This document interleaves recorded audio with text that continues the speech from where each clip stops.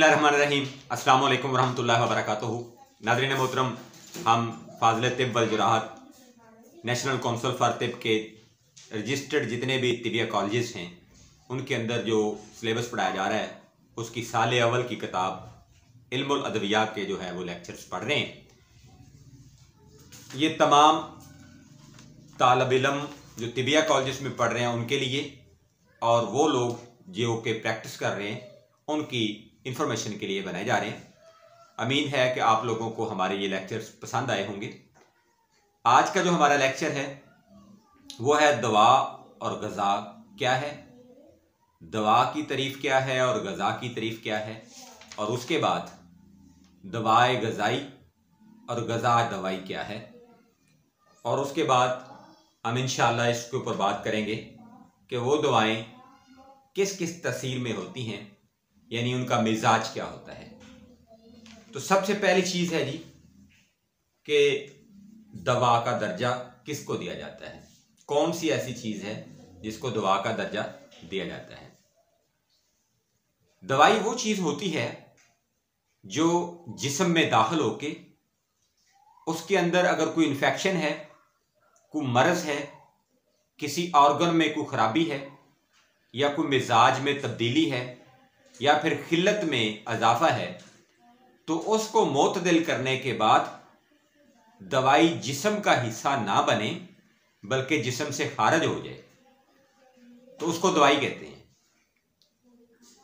मैं दोबारा रिपीट कर देता हूं, दवाई उस चीज का नाम होता है जिसको आयुर्वेदिक में औषधि कहा जाता है, जो कहीं पे कोई अगर प्रॉब्लम है, इन्फेक्शन है, सोजिश है, स्वेलिंग है या फिर कुछ जख्म है, उसको ठीक करने के बाद जिस्म का हिस्सा बने बगैर जिस्म से खारिज हो जाए उसको दवाई कहते हैं। अब यहां पे तजाद यहां पे हो सकता है कि जैसे हम कई चीज़ों को, यानी हमारी जो किचन की चीज़ें हैं उनको हम जब इस्तेमाल करते हैं बतौर दवाई तो हम कह सकते हैं कि वो हमारी ग़िज़ा भी है। तो वो आगे जाके इंशाल्लाह हम डिटेल पढ़ेंगे कि जब हम दवाए ग़िज़ा पढ़ेंगे या फिर ग़िज़ाए दवा पढ़ेंगे तो उसके अंदर जाके वो चीज़ें क्लियर होंगी। तो यहाँ तक सिर्फ इतना है कि तमाम वो इशिया जिसमें नबातात, हैवानात या मादनियात या फिर धातें जो हम बतौर दवाई इस्तेमाल करते हैं, इस्तेमाल के बाद जिस मकसद के लिए उनको इस्तेमाल किया जाता है, यानी अगर खिल्लत के बैलेंस के लिए इस्तेमाल किया गया है या फिर कहीं पे मिजाज के बगाड़ को ठीक करने के लिए इस्तेमाल किया गया है या आम लफ्ज़ों में किसी अलामत को सही करने के लिए या किसी मर्ज़ के इलाज के लिए इस्तेमाल किया गया है, तो वो दवाई उसको दुरुस्त करने के बाद किसी ऑर्गन का हिस्सा ना बने, जिस्म का हिस्सा ना बने बल्कि जिस्म से खारिज हो जाए, उसको दवाई कहते हैं। अब चलते हैं ग़िज़ा की तरफ। इसका दवाई के साथ कोई ताल्लुक नहीं होता। ग़िज़ा हम रोज़मर्रा अपने जिस्म की नशो नमा, जिस्म के तमाम ऑर्गन की खुराक और जिस्म के तमाम ऑर्गन या अज़ा की परवरिश के लिए जो चीज़ें इस्तेमाल करते हैं उसको ग़िज़ा कहा जाता है। ये एक अलग बहस है कि ग़िज़ा में प्रोटीन भी होती है, फैट भी होती है, कार्बोहाइड्रेट्स भी होते हैं, निशास्ता, ये एक अलग बहस है। फिल वक्त हमारा मौक़िफ़ दवा की और ग़िज़ा की तारीफ़ जानना है। तो ग़िज़ा में ये गोश्त, दालें, चने, दूध, ये सारी क्या है, ग़िज़ा है। दोबारा समझ लें कि ग़िज़ा हर उस चीज़ को कहा जाएगा जो हम खाते या पीते हैं, खाने या पीने के बाद वो निज़ाम से होती हुई हमारी ऑर्गन की खुराक बने, अज़ा की खुराक बने और अज़ा या ऑर्गन की ग्रोथ और जिस्म की ग्रोथ में काम दे, तो उसको हम ग़िज़ा कहते हैं। तो लिहाजा बड़ा अहम फ़र्क है दवा में और ग़िज़ा में। मेरा ख्याल है कि आप लोगों ने इसको समझ लिया होगा। अब चलते हैं कि दवाए ग़िज़ाई क्या है।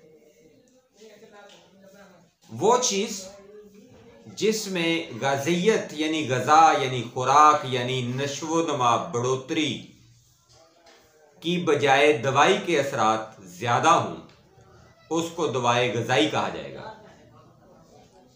यानी जैसे दालचीनी है, मसाला है, औषधि है, दवाई है, तो ये ऑर्गन की ग्रोथ से ज़्यादा हमारी बॉडी के अंदर जो फैट या फिर लिपिड्स हैं उनको रिमूव करने के लिए बहुत फ़ायदेमंद होती है। तो हम कह सकते हैं कि ये दवाई ग़िज़ाई है। इसके बाद अगर हम बात करें ग़िज़ा दवाई की, यानी जो दवाई के तौर पर भी इस्तेमाल हो और ग़िज़ा के तौर पर भी इस्तेमाल हो, लेकिन उसमें ग़िज़ा जो है वो ज़्यादा हो और दवाई का असर कम हो। यानी सिंपल अल्फाज में अगर हम देखें तो वो चीज़ें जिसमें वो ख़ासियत या खूबी हो जो ऑर्गन या अज़ा को डेवलप करें, उनकी ग्रोथ या नशोनुमा करें और हमारी बॉडी को इम्प्रूव करें और हमें जीने के लिए वो चीज़ें ज़रूरी हों जो नमकियात या फिर बाकी चीज़ें जितनी भी हैं, लेकिन उसके साथ में उसका दवाई का असर भी हो। जैसे अगर हम तमाम नट्स की बात करें तो वो ग़िज़ा के साथ साथ दवाई के असरात भी रखते हैं, जैसे बादाम। आगे चलते हैं कि क्या इन तमाम चीज़ों के अपने अपने मिजाज भी हैं, यानी दवाई की कोई तासीर भी होती है, कोई गर्म दवाई या फिर कोई ठंडी दवाई या फिर तर या फिर खुश्क दवाई, क्या ऐसा भी है? जी बिल्कुल है। इस कायनात में पाई जाने वाली हर चीज़ का अपना एक मिजाज है। किसी में खुश्की ज़्यादा है तो किसी में तरी ज़्यादा है।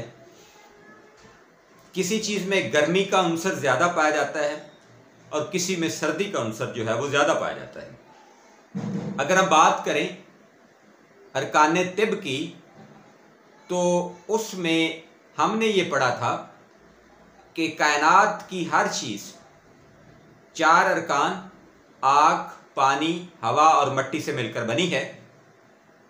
तो लिहाजा कहीं पे आग यानी गर्मी की ज़्यादती है, कहीं पे सर्दी की ज़्यादती है। तो तमाम जो दवाइयाँ हैं, चाहे वो मुफरत या फिर मरकब की सूरत में इस्तेमाल होती हैं, उनके अपने मिजाज होते हैं। और मिजाज इसलिए जानना ज़रूरी है कि तिब्बे यूनानी के अंदर ये चीज़ें वाज़ेह तौर पर लिखी हुई हैं। इवन के तिब की तमाम इक़साम, तिब्बे यूनानी, तिब आयुर्वेदिक, तिब्बे इस्लामी, तिब नज़रिया मुफरत आज़ा और होम्योपैथिक मेडिसन्स और चाइना की जो तिब है, चाइनीज़ तिब, ये तमाम के अंदर मिजाज के मुताबिक इलाज किया जाता है। मतलब ये है कि अगर आपका बॉडी का जो टेम्परामेंट है वो गर्म है तो आप वहाँ पे ग़िज़ा और दवाई जो है वो सर्द मिजाज की इस्तेमाल करेंगे। तो लिहाजा जितने भी मफरूदात, मुफरद अज्जा या मुफरद दवाइयाँ और मरकब दवाइयाँ हैं, उन सब का अपना अपना मिजाज है।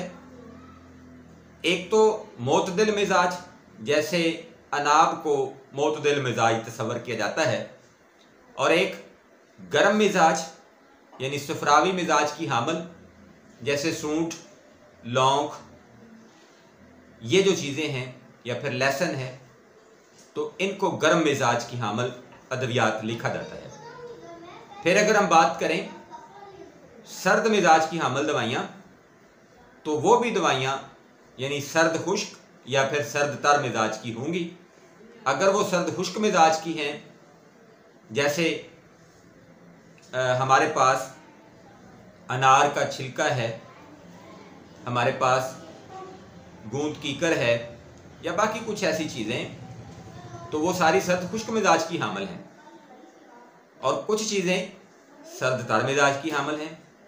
तो लिहाजा एक दवाए मोतदिल और दूसरा दवाए हार यानी गर्म, और तीसरा दवाए बार्द, और फिर इनकी आगे दो दो इकसाम, दवाए हार याबस और दवाए हार रतब यानी गर्म खुश्क और गर्म तर। इस तरह से दवाए बार्द याबस और दवाए बार्द रतब यानी सर्द खुश्क और सर्द तर। तो ये वो अद्वियात के मिजाज होते हैं। मुझे अपनी दुआओं में याद रखिएगा। फ़ी मानिल्लाह, अल्लाह हाफ़िज़, अस्सलाम वालेकुम।